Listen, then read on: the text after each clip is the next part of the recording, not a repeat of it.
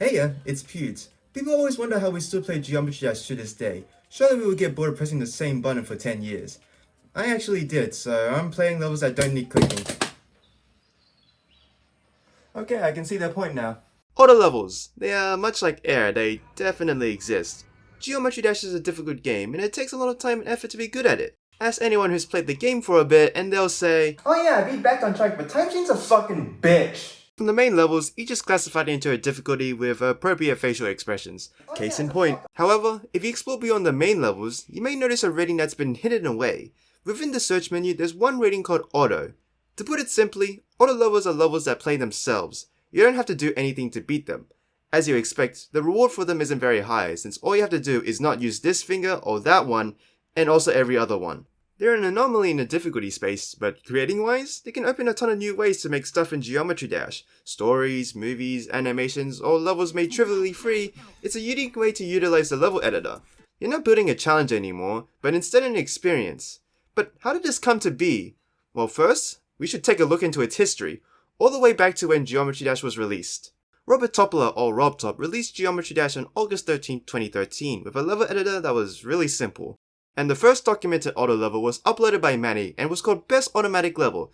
Is it the best? It's alright. It has a level ID of 2655 and it was uploaded probably days after Geometry Dash's release.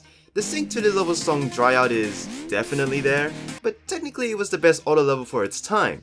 For a while. That position would later get challenged by the second auto level, Autoplay Area by GW Jax with an ID of 3150. And how does it fare? It's alright. As you can tell, creators were figuring stuff out, or just messing around. Sync is rather a suggestion than oath in these times, and that's not only the underwhelming thing it did, it also introduced fakes to an auto level, in a level where you don't have to do anything to clear it. Maybe he was lying about the title. Shit! It was also a time where everyone was bad. If you couldn't clear the main levels, maybe you could look towards the community to better your skills, or pretend that you beat it yourself. And so, some creators took it upon themselves to make an auto version of them for us. The first to do that was Auto Stereo Madness by Rabbitical. This is not Stereo Madness. Yeah, I don't know what they were thinking here. There are more levels like this as well. Auto Cycles, Auto Jumper, Auto Back on Track. Wait, this actually looks kinda good. Auto X-Step, but it uses Stereo Madness. What? Maybe they were thinking about the song in general and did their own auto spin on it. And when it came to naming the level, it just so happened that the song had a name. This is like giving birth to a kid and naming him after the hospital. As a result, we have the first instance of false advertising in Geometry Dash. Auto levels were getting better over time, as most levels did. Creators finally made auto versions of the main levels instead of this is not Stereo Madness levels. Wait, no. Never mind. Oh, come on! But what's notable about their evolution is that they focus a ton on structuring, as there was no need to worry about gameplay. And the most unique feature of them was the ton of patterns everywhere. They couldn't move objects in real time, nor it has as many colors as we do now, and they definitely didn't have as many quality of life features, so they had to make do and create some banging structures that nowadays is never really touched upon again. And there was a ton of focus on player movement as well. Since the player wouldn't, or shouldn't do anything, creators were free to make their icons do swings or jumps that just seemed cool. It's a peek into the past where Geometry Dash really had a lot of limitations and people just worked with it instead of trying to push them. There's a few highlights that I want to mention, like 3 auto cycles. There's 3 multiple paths to take and they're all automatic. They're technically not automatic since you have to click to take one of those paths, but still cool nonetheless. And biome everything is pretty awesome. It's one of the few levels back there that made real-ish locales. It's got a temple, the city, the ocean, and space. Oh, the cube is actually going to space. Biome Everything is pretty awesome. It's one of the few levels back then that made real-ish locales. It has a bug, but we can finagle around it by jumping somewhere around here and just beat the level. Yeah, there are times where some auto levels may not be auto. Sometimes it's due to a physics change by RobTop to make things more consistent. And if some levels depend on those physics to be automatic as intended, then well, that's unfortunate. Due to this, creators get put into this scenario of either having to fix a level or not. And regardless, the comments can be seen languishing at over 82%. And you know what the surprising thing was? The auto rating was introduced way later into the game. It was introduced in the 1.7 update, releasing on May 21st, 2014. So, for about 9 months, levels actually had the easy rating, which is why levels had auto in their titles to distinguish themselves, like Auto Hell, Auto Zupper Auto, Auto Step, and Best Automatic Level. And for some levels that weren't auto, they had the auto rating accidentally slapped onto them from RobTop trying to categorize levels, and you can see the levels comments for themselves. So yeah, adding more to the false advertising in Geometry Dash. But all these levels look the same, and I can only listen to Dry Out so many times before going insane myself. And so when RobTop heard my complaints 9 years before, the 1.9 update released on November 9, 2014, with game-changing features such as 3 more colors, the Wave game mode, and the ability to choose any song on Newgrounds as long as it was allowed. Now people can choose to play the full version of Dry Out. I've said that one of the game-changing features was 3 more colors, which seems pretty underwhelming. Well, that's because back then, you only had one color option to work with for the block design, the background, the ground, the detail, and so on. Now you still had the same thing with the background and the ground, but any object could actually be assigned to any of those 4 color channels. Putting 2 levels pre 1.9 and from 1.9 side by side, you can kinda see it. These 4 channels also made way for animation in Geometry Dash, treating each channel as a frame to toggle on and off between. The animated series by Roblox definitely shows its best with bullets shooting out of guns and demons laughing. You know, they should really make that a new difficulty. To pull this effect off, each frame of the art is assigned to a color channel. Then, you make all the color channels into black blending to essentially make them invisible. Next, you toggle on a frame by using this color trigger and make it any other color other than black blending. You then toggle it back off by making it black blending, have about 20 billion slanted columns of these, and boom, you have an animation. It's definitely an animation, for sure, but it does have its charm. Overall, there was still the traditional style of auto levels in this update. Structures took the main stage, with effects and artwork sometimes taking the spotlight. Some levels I want to mention are Optical Illusion by Softable, which has illusions that still work, and is pretty damn impressive that was made in 1.9 before all of this. Recreation by Triaxis is also pretty cool, as not only does it infringe on copyright, it faithfully does it too. Glitchy Gremlin by Taman is a very traditional auto level, and it's refreshing to see this approach be polished up a ton. It still has a dedicated scene to it, and while the auto genre was not as prevalent as any other difficulty, it was evolving at its own pace. But still, it was getting kinda stale, especially after slogging through a lot of these levels for hours on end before the next update, which is about 30 pages. And so, RobTop decided to update Geometry Dash again on August 26, 2015 with the 2.0 update, which a lot of the community considers as the most revolutionary update for the game. More edited features, infinite colors, technically 999, new triggers beyond the color trigger, one of those triggers being the move trigger. This was the real game changer, as previously you could only emulate it with 4 colors. Now you can move any object in the game. Creators focused a ton on structuring to make the level stand out. It was intricate with its use of patterns everywhere. But now, there's a new way to keep the level engaging. You can make moving objects a platform, or an obstacle, or a decorative thing. Back in the heyday of early 2.0, we just used the move triggers for moving obstacles. It just made the most sense since Geometrical Dominator and Deadlock did just that. It wouldn't be an early level of an update without the random decoration popping into existence and the occasionally moving blocks. If you could interpret this menu right at the start of 2.0, you'd be set for making the most unfair obstacles in the world. If you didn't, you would look at it once and never again.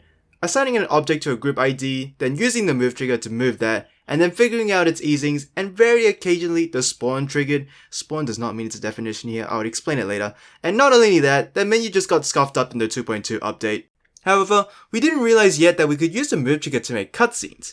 If you go into the move triggers menu, there's this box called move to player X, and if you tick that, the block moves in line with the player. And if you have a bunch of objects assigned to that group, they all move at the same pace as well. And if you build a fireplace, a dude, and the house all moving with the player, congratulations, you have a scene. And if you have multiple scenes, you can make an actual story in Geometry Dash. Geometry Dash wasn't really a game for storytelling, it's a side-scrolling platformer, and if you die, you have to experience it all over again. You can make the level play itself, but before 2.0, it was pretty hard to make a story with just 4 colors and no move trigger. But with this update, we can tell any story we want, any message we want, as long as we know how to use it. The first level to do this was Pokemon Battle by Rustam. It certainly exists, but it does show that even if a bit rough, you could actually pull it off. It laid the foundation for a new type of auto levels to be kickstarted by a creator named Triaxis. If you don't know who Triaxis is, she's a creator that was active back in the 2.0 update and was a jack of all trades. Design, modern, arts, effects, everything was on the table. But one of the biggest things she did was pioneering storytelling with her Triaxis film series, which only has 2 levels right now. The first level is called By the Fireplace, and it's a level about getting out there and flying. It looks pretty dated, but it was the first of its kind. You weren't staring at the screen waiting for the level to end, it was a proper story. Not only that, you could freely click to fly around, and honestly it just feels nice and comfy to play this level. The next level was really different from that. It instead became a classic and really changed all the levels forever. That level is called Wisteria. Oh, this is spelled incorrectly. Wisteria is based on a true story about a girl named Gracie, and to put it simply, she gets absolutely destroyed by Albert Fish. And that's my sentence for describing this level. This level plays just like a short horror film. It's pretty neat. It feels eerie watching this story unfold, and I'll just let you watch it for yourself.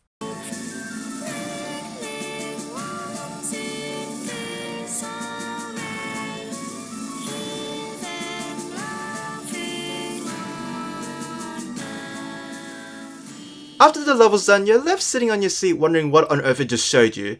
This level is certainly not for kids, they definitely agree on that. After this level was released, at least 6 to 7 levels of each page when searching for other levels after this was structured just like Wisteria, minus the girl getting absolutely destroyed.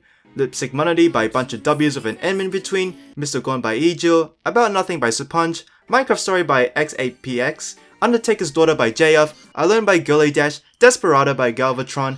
There's just so many. Even level series that were older in the traditional sense jumped on this too. The new Block City series was originally just simple design, and now it's a story about a cube taking a leap of faith without a bungee cord. He hits the ground, but he's just fine because Geometry Dash doesn't have fall damage. There was also Wisteria by JF 2, a person with aphasia's worst nightmare, trolling. It's definitely a product of its time. Some cool things about this parody level is that the piano is actually animated correctly, the winding box is not. Yeah, this level wasn't as revolutionary as Wisteria, but hey, it helped plant another seed for joke levels, which we all very much appreciate. With the rise of levels that are basically films, we cannot ignore the huge trend that was the cube stories. Anyone who was around during this time just knows how many of those levels were flooding the community. It was that one paper stencil version of levels trend, but on steroids. The levels that started it all was the original series by Yuri, and it's pretty good for what it is. There's 5 levels in this. Cube Story GD, a story about a cube that looks like RobTop but isn't, and an original character teaming with the actual RobTop to fight against a hacker. Cube Story Portals, the original character forgets about non-RobTop for about an hour until he comes back to rescue him. Cube Story Editor. I wish I could get a one-on-one lesson with him. Cube Story The Top, it's just a game show. And Cube Story Real End, it ends on a cliffhanger, damn it. There's also Cube Story Darkness, which isn't an auto level surprisingly, but it's a neat aftermath episode. Actually, it's just kind of a weird level in general. It introduces player controls and the story just now surrounds zombies.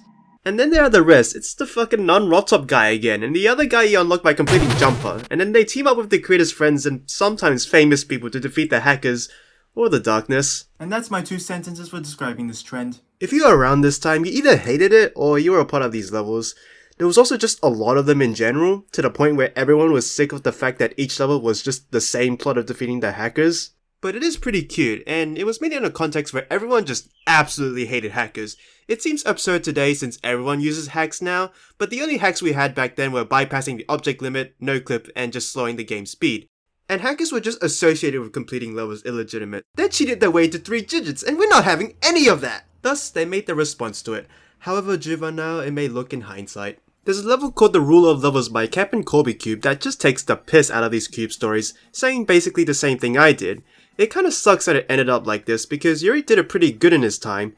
Each level progressively looks better, and there was a continuity despite very different premises, but a lot of people found more appeal in that first episode because it just seemed unironically cool, and they ran with that and made it to be as epic and dramatic as possible. As a result, the trend just seems bad and overdone, despite its actual potential though. But if those cubes talk to each other, that should mean they have vocal cords. I don't see it. And by implication, they should have organs, and by implication, they should be able to take a shit. Do you mind? Oh, my bad. We shouldn't forget to mention the other helpful triggers from the 2.0 update. The pulse trigger streamlines pulsing. Before then, you had to use 2 color triggers right next to each other and alter their fade time individually. Now you only need 1. The toggle trigger is great for making your problems go away, and it comes in pretty handy for making sure someone's phone doesn't explode from rendering 2000 glow pieces. The spawn trigger triggers other triggers and acts as a remote triggers for those triggers, and it's really good for complicated trigger systems in Geometry Dash, but they aren't used that much in other levels so I won't really go too much depth in it. And lastly, there was the alpha trigger. This works with the opacity of an object and you can make it invisible or not, or you can compromise. This changed auto levels just as much as the move trigger did. If you wanted to showcase something in Geometry Dash back in 2.0, you'd either have to play it yourself or deal with whatever this was. But with the opacity trigger, you can turn all that whatever into invisible, and now you can have an alright mock-up of the cube's physics. The The levels that made an older version of insanely hard levels like Bloodbath at the time actually could make it somewhat believable. The cube, ball and UFO and wave physics are fine, but the ship's physics is about as straight as a ruler. To make it a bit more believable, you could turn on low detail mode, which turns off particles, and you can find it in the help section within the options menu. What? This was the best way of showcasing upcoming levels that were too hard for the creator, which is 99% of all creators back then. So when you look into previews of upcoming levels back then, they were either genuinely played as seen by the attempt number, or they gave up. But the weirdest application of this was originally made levels that did this. You could have played the level yourself, but the level said it was its turn to play, and the creator just happens to have a favorite child. Hey, it's its turn to play. There's not much to say about these levels other than, well, they're unnecessary. Olden Golden by Suomi comes to mind, and I guess I'm glad I didn't need to play it. Thanks for the free star, 6 out of 10. There were also more showcase-like older levels too. The Observable Universe by Menhu is a pretty cool showcase of the universe. Great level to feel like you don't matter. Harmony by Equinox is pretty awesome. I can't comprehend how this one effect was made, even to this day. Emotional Release by Soy Punch has some really cool effects as well, and a boss fight. What provoked these cannons to fight me? I literally did nothing. And the game story by Vermeer covers the history of Geometry Dash updates. It's doing some of the job for me. The traditional format of auto levels was still around and even better than before, and I believe this was the true golden era for auto levels as everyone was pushing boundaries in this update. With the 2.0 era coming to a close, it's nice to see how auto levels changed so much in this update. They're a lot more cinematic or showcase-like. It's nice to see that auto levels now have a clear identity outside of being the weird younger cousin that's in your family tree. But can the next update change auto levels just as much as the 2.0 update did? No. The 2.1 update released on 18th January 2017, and on that day I remember crapping my pants when I saw the update button on Steam. Other than that, it's another huge update, especially in the trigger department. Rotate, follow Y, touch, stop, collision, pickup, count, instant count. This is 2.0 amount of triggers times 3. But a lot of them didn't really help with transforming auto levels that much. Not to say it was underwhelming, but none of them have been so game-changing as the move or alpha trigger. Outside of maybe the rotate trigger. Probably. So, what happened in the auto level genre? There's more of them now. Demo by Mopan is a level that's based on the game called Demo, which is a rhythm game. The level itself has some really good art, and there's not much else to say other than It's good. Funimation 3 by Zora is a showcase level all about effects, and it holds up pretty decently well, despite it being from 2016 to 2017. I tried to find the rest of the series and it doesn't exist, so I'm not sure where Funimation 1 and 2 went. Oh. So Punch released What the F, which probably has been his weirdest level yet, according to him. I wouldn't know because when I first watched it, I went, What the fuck? I think that might have been directed towards the effects instead. Toilet na Kashi Den by Denipol is a level about a toilet spinning so fast it's making my computer crap itself. This is me trying to play this. Though all these levels are pretty cool, there's one creator I want to highlight during this update's era. I've never heard discussions about this creator, so I'm gonna start one here right now, about the man himself, Blue Light. His auto levels are one of a kind among film levels. He started off with GD story mode with only 3 episodes, and it's pretty good for a start. Despite them technically not being auto, you have to spam to go across the screen in front of them. If you don't spam enough, you die. I'm presuming they just tripped. It also has a fight between Not RobTop and Z-Trax, and has a pretty long ass tutorial. I beat him pretty quickly, and I was loading into the next scene for about 20 seconds. Sorry, I think he just really needed a breather after that fight. Next, he released I'm Still Here, which is actually pretty emotional, and the characters are moving and talking like they're real people instead of cubes. I recommend giving this a play yourself despite the song not being available. And finally, we get to the rest of his auto levels. Weirdly enough, they all use the same song from Sarcosta. I guess that makes it easier for me to play the levels. 4 de la mañana. ¿Qué?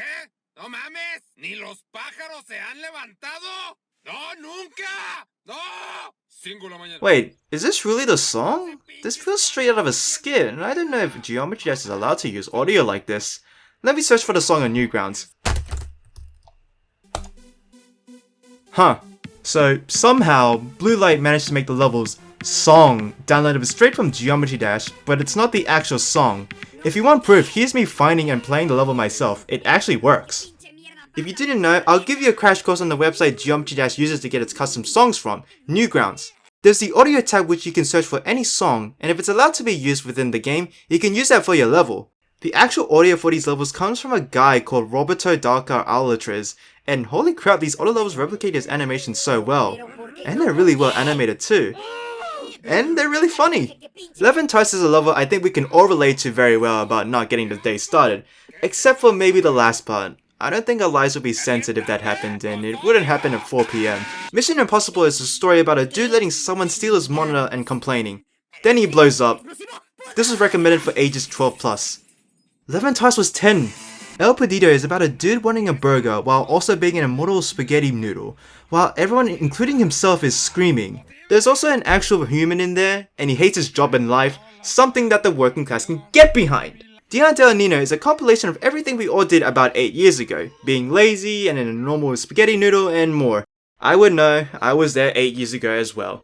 Bridgemon is a level that's allowed on Geometry Dash. Go play it yourself, it's worth it. Props to Blue Light for going all the way, and for RobTop for featuring this. And the rival's name is Vagina. Not only were there more short film levels now, there was a new emerging type of auto levels. Auto levels you can actually do something in. The reason why they're still auto is that you can't really die in them, so technically it's still auto. The biggest example I could find of this was RobTop Simulator by Chiao2000, a level showing us what RobTop does when developing Geometry Dash. Aside from his arm dislocation, he also had a huge glow up and induced carpal tunnel from working so hard on Geometry Dash. This level is 8 minutes long, and I wanted to get to the max tiers for each component. I spammed the spacebar for 8 minutes and I only got one. A third way there to becoming RobTop. No Clipstick is a name I can barely pronounce. Here are all the attempts. No Cliptistic, no Clip... It looks like you need to play it, but nope, you can play it how it looks, if you want. But if you're too lazy, you can just no-clip it. Wait, people died in this? How? Some creators actually made an editor within the editor. There's Super Mario Maker 2 by Zejozan, and you can actually play the level that you made. I don't know what I made here, to be honest. There were still auto levels made in the traditional way even to this day. November by Saki the Salad and Yunso comes to mind. It looks really nice, though a part of me questions why it couldn't have not been auto with the gameplay here, but still pretty cool. Panispheric is a huge auto level collaboration by Pan and a ton of people, and it's cool to see the different takes on space and planet environments. This was probably a popular level back then, judging from its quality, but for some reason I didn't know about it until recently playing it. It's from 2019. There's also You've Been Trolled by J-Pers.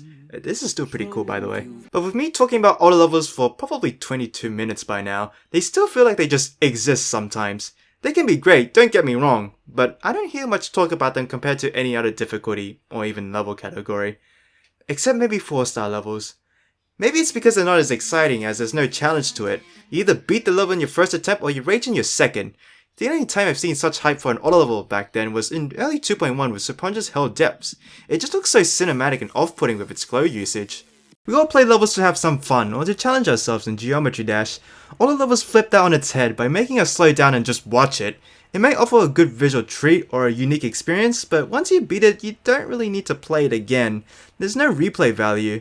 We experience it in a passive way rather than active, and when you view it like that, it becomes a much more understandable as to why auto levels don't get that much attention. The auto rating was introduced 7 updates later, and a part of the reason why was that it was just really novel and niche.